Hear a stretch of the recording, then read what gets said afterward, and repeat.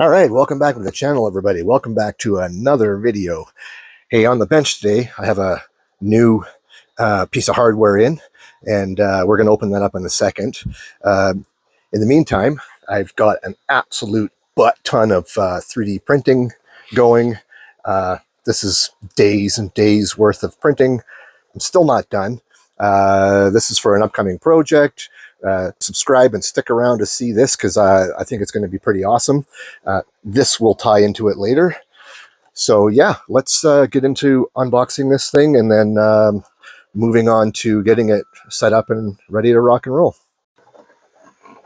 Okay, so what we have here is an LSI HBA. It's a 9210-8i, and why I got this is I want to rebuild my NAS and do it properly this time.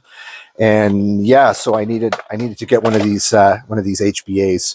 So I bought an unflashed HBA, meaning it is not in quote IT mode.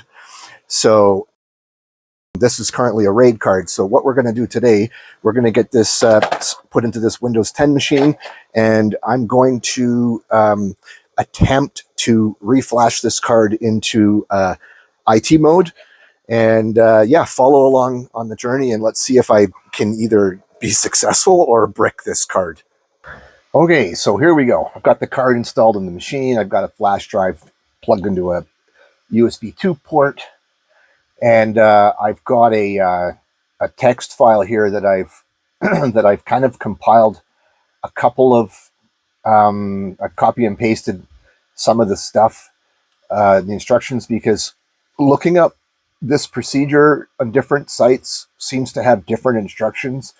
So like here's a YouTube video, here's a blog. This is Serve the Home, and some of the instructions here were a little different. So I just kind of used, I don't know, like common sense, and I compiled instructions. And then there's a package that you need as per the link. So this link here was dead, but I happened to find it here. It's in well, I don't know what this is, if it's Japanese or Chinese, but anyway, it's there. And oh, CN, so that's Chinese.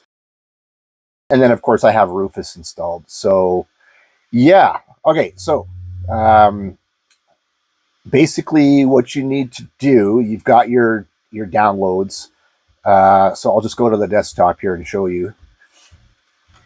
So you're going to have your LSI 9211-8i. You're going to have your firmware package. You're going to extract the 9211-8i to its own folder. And then inside of the 9210 package, when you go to firmware, whoops, sorry, not firmware. When you go to the BIOS, you need these two files right here. You need the mpt sas2.rom and the mpt BIOS. And I have, just for now, copied those into this LSI 92-8i folder. So that's extracted to the folder. The two files from the BIOS are extracted inside of here. I actually think they need to I think they need to be on the root of the flash drive once we're done, so I'll move them there. But just so I have them all in one spot. So the next thing we want to do is we want to flash our flash drive with FreeDOS. And it says MBR BIOS or UEFI CSM with a FAT32. So I'm going to go ahead and click Start on that, and we'll let that finish. It's just FreeDOS, so it shouldn't take too long. Okay, so flash drive is done. So the next step is to copy this entire folder into this flash drive. So actually it does say paste contents from new folder. So this is copying. Once it's done, I'll just move the I'll just move all the data out of that folder. Hopefully you guys can hear this printing. Um, I've been printing for days and days, so this is all I've been hearing. Okay, so that's copied, but let me move all of this out of there so it's not in a folder. Okay, so now we have our 2118it.bin. We have our mpt sas2.rom plus this text document. I think we're ready to rock and roll. So let's reboot the computer and boot from the flash drive. And yeah, we'll get going and see if I can't brick this card.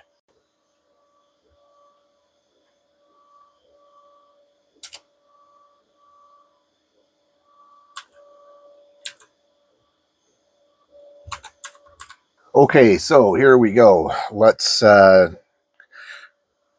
I said, I got a phone with some microscopic instructions. So let me just see what we got here. We are going to type map-b.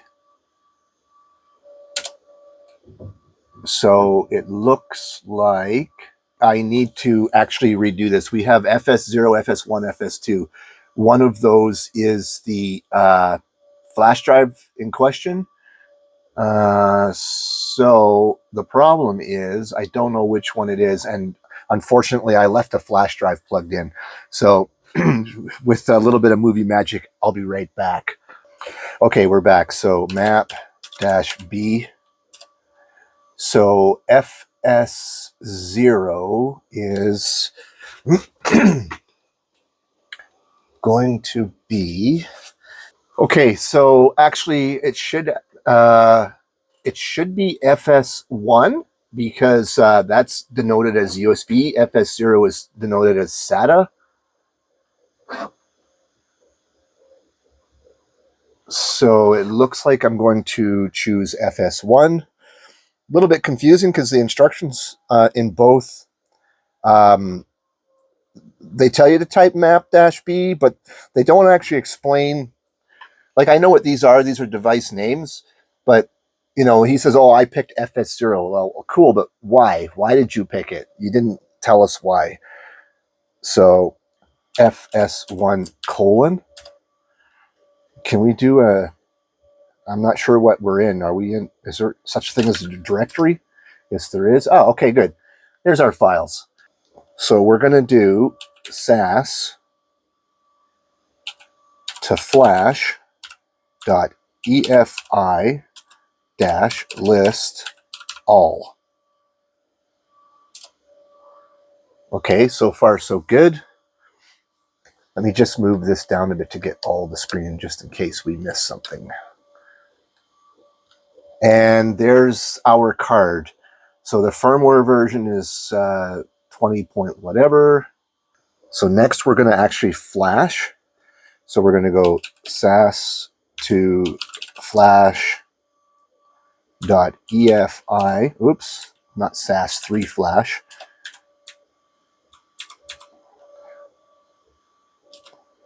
Dash C. And we're going to do 0 because that's the number. Dash F, and then our firmware is 2118it.bin. And we're going to press enter. Okay. Firmware is a valid checksum. Firmware image does not support target adapter device. Now, I think I saw this same thing on the video I watched, or a couple of the videos I watched. If error code after flashing, verify it by running sas to flash.efi list all again. Does this let me have that? Yes, it does. Okay. Finished processing commands successfully. That's good. And then the next thing is we're going to flash the firmware. So we're going to do SAS to flash dot EFI dash C dash, the card is 0 slash B MPT SAS 2.ROM. Okay, good. Okay, Flash BIOS image successful. We have no errors. So now we're going to do the whole list install thing again. So far, so good, I guess.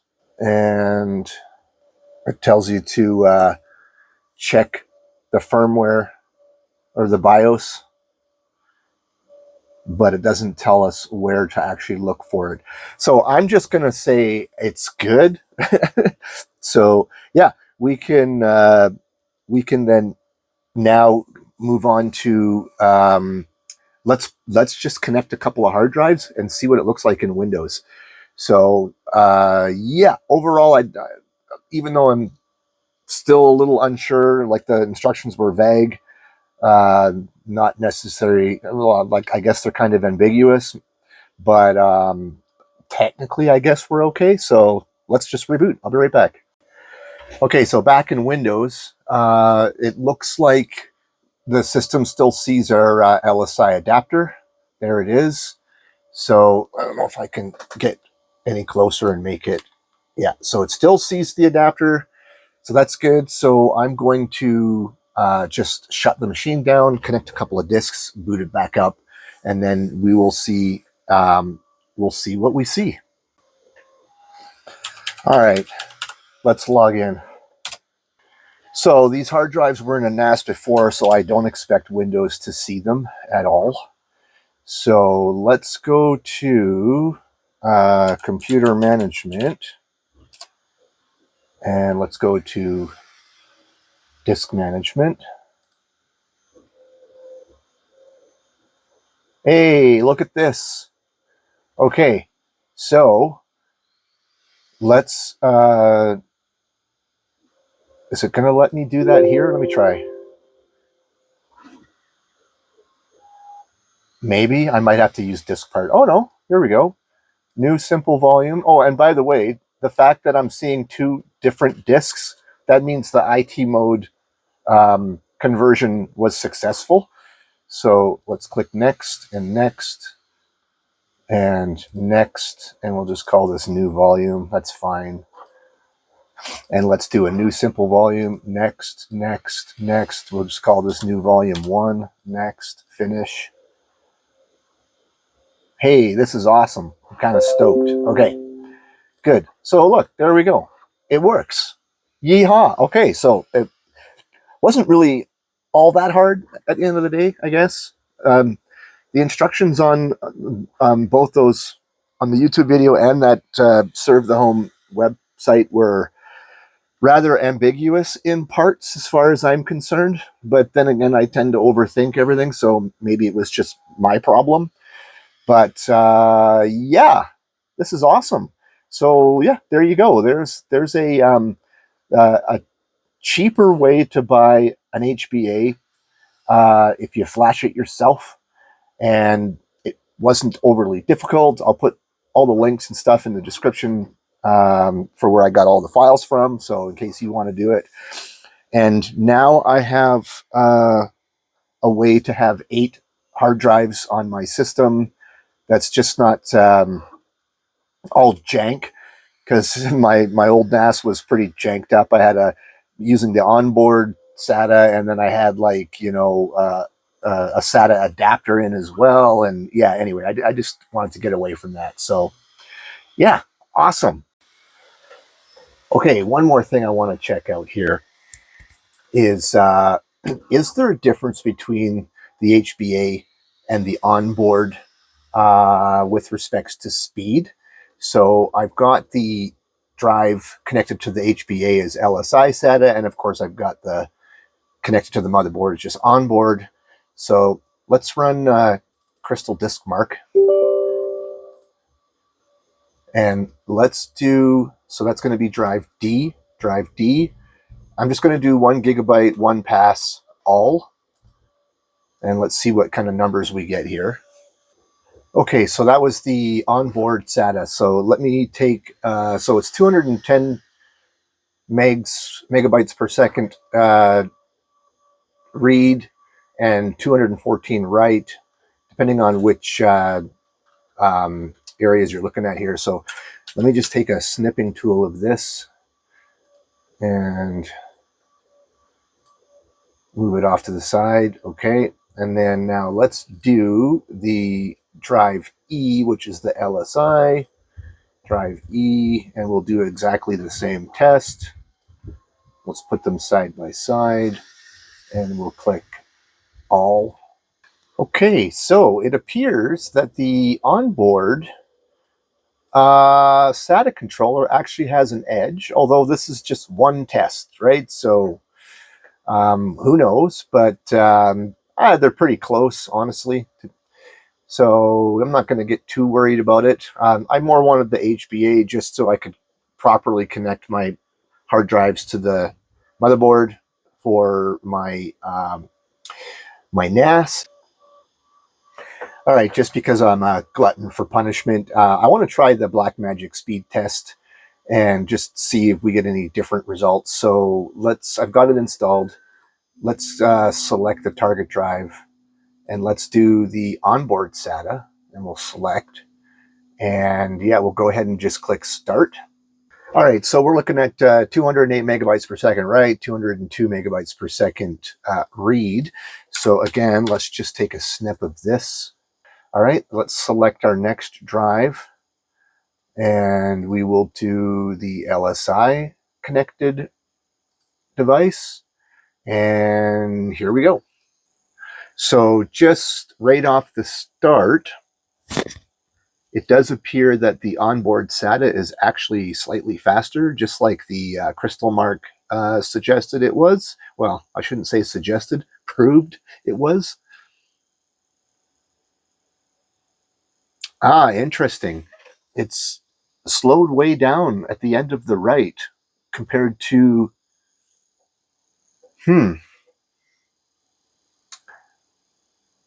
So I don't know what the story is there, but that's interesting.